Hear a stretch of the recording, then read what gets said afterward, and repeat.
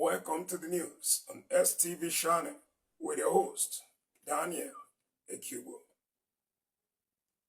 A former member of the Delta State House of Assembly and convener of the new Delta Coalition,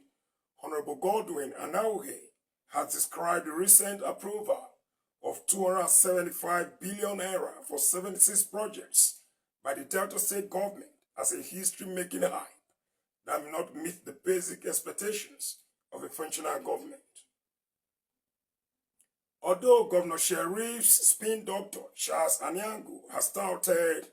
the development as record-breaking and history-making, Anaughe said the family believed that the projects represent only the bare minimum that a functional government should deliver. Honorable Anaughe, in a press statement titled Oborevwori's Achievements Mediocre in Delta State, which was made available to STV channel, said that given Delta State's position as the highest recipient of federal allocations, which had received over 1 trillion naira under the Governor Oborevwori-led administration, it was astonishing that such projects were being celebrated as groundbreaking accomplishments rather than acknowledged as fundamental obligations. Anaughe described the situation as that it lacks ambition and vision by the state government, highlighting the governor's ineptitude and alarming low standards of the People's Democratic Party in Delta State, just as he emphasized that Governor Oborevwori administration ought to be touting more substantial achievements after almost 2 years in office. He lamented that strategic investments in critical sectors like water supply, power generation and distribution, agricultural development, industrial parks, rail transportation, refineries, and affordable low-income housing schemes were being overlooked by the government. He also picked holes in the Governor Oborevwori's handling of project finances, especially the introduction of a 40% mobilization fee,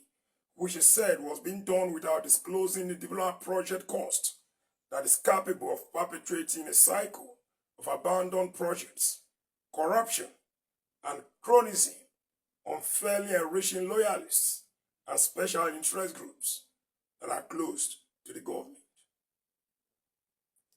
Anaughe categorically stated that such approach was deeply troubling as it deliberately cultivates a culture of patronage politics ahead of the 2027 elections,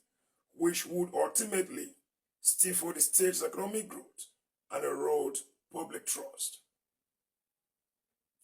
While expressing deep concerns over what he described as the Governor Oborevwori's over-reliance on increased federal allocations, which he ascribed to President Bola Ahmed Tinubu's reforms, Anaughe emphasized the need for the state to explore innovative revenue streams and diversify the economy to reduce dependence on federal funding. He posited that the people of Delta State deserve better than the grand celebrations of such mediocre achievements that have become the hallmark of the Governor Oborevwori's administration,